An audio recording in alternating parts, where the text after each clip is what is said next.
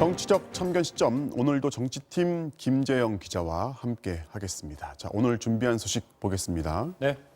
무소속 이상직 여당인가 야당인가인데, 자, 민주당에서 탈당을 했으니까 소속을 따져본다면은 일단 여당은 아닌 거예요. 네, 그렇습니다. 무소속인데요. 여야가 합의 못한 법안을 다루는 집중협의체죠. 안건조정위원회. 전에도 한번 다룬 적이 있는데요. 네.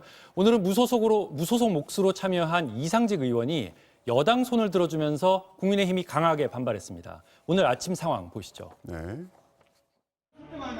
도대체 뭐 하는 겁니까? 예, 속도를 내지 말라고요. 절차를 앉으세요. 앉으세요.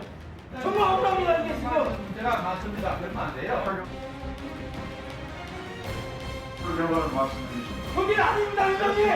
그게 좀 찬성하면 이게 뭡니까, 진짜? 진짜 국민들이 보고 의원님들입니까, 이게? 원하는 가결되었음을 선포합니다. 누가 하결입니까, 의장님? 민주당은 동법안이 가지고 있는 여러 가지 논란에도 불구하고 수적 우위를 앞세워 단독으로 처리하였습니다. 여러분 아시다시피 이상직은 누굽니까? 민주당으로 되어서 계속 민주당으로 복당하겠다 그러고 민주당에서 쫓겨난 거 아닙니까? 자, 정리를 좀 해볼까요? 지금 논란이 된 그 안건이 뭐였죠? 아시아 문화 전당 관련법인데요. 일단 네. 사연이 사연이 좀 있는 법입니다. 고 노무현 전 대통령이 광주를 아시아 문화도시로 지정하고 이곳에 아시아 문화 전당을 짓기로 했었는데요. 네. 그런데 박근혜 정부 들어서 이걸 국가시설이 아니라 법인화하는 방향으로 뒤집었어요. 그런데 이걸 다시 국가시설로 되돌리는 법안이 추진된 건데 국민의힘 반대에도 4대2 찬성으로 표결 처리된 겁니다.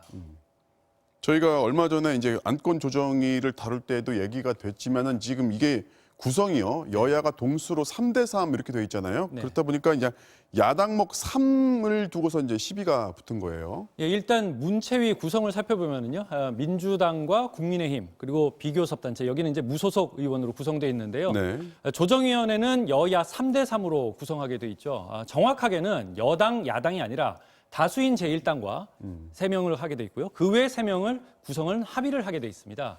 그래서 비교섭 단체의 한 자리를 주기로 민주당과 국민의힘이 합의한 건데요. 네. 국민의힘은 무소속인 윤상현 의원을 추천했고 여당은 무소속인 이상직 의원을 추천했던 겁니다. 자, 그런데 따지고 보면은 그 윤상현 의원도 원래 국민의힘 소속이잖아요. 네. 그러면은 이상직 의원하고 다를 게 없어요. 그렇습니다. 그렇다 보니까 이 비교섭 단체 몫의 자리를 어떻게 봐야 할 거냐를 두고 논란이 되고 있는 건데요. 네. 이번이 처음도 아닙니다. 지난번 공수처법 통과 때도 열린민주당 최강욱 대표를 두고 논란이 됐었는데요.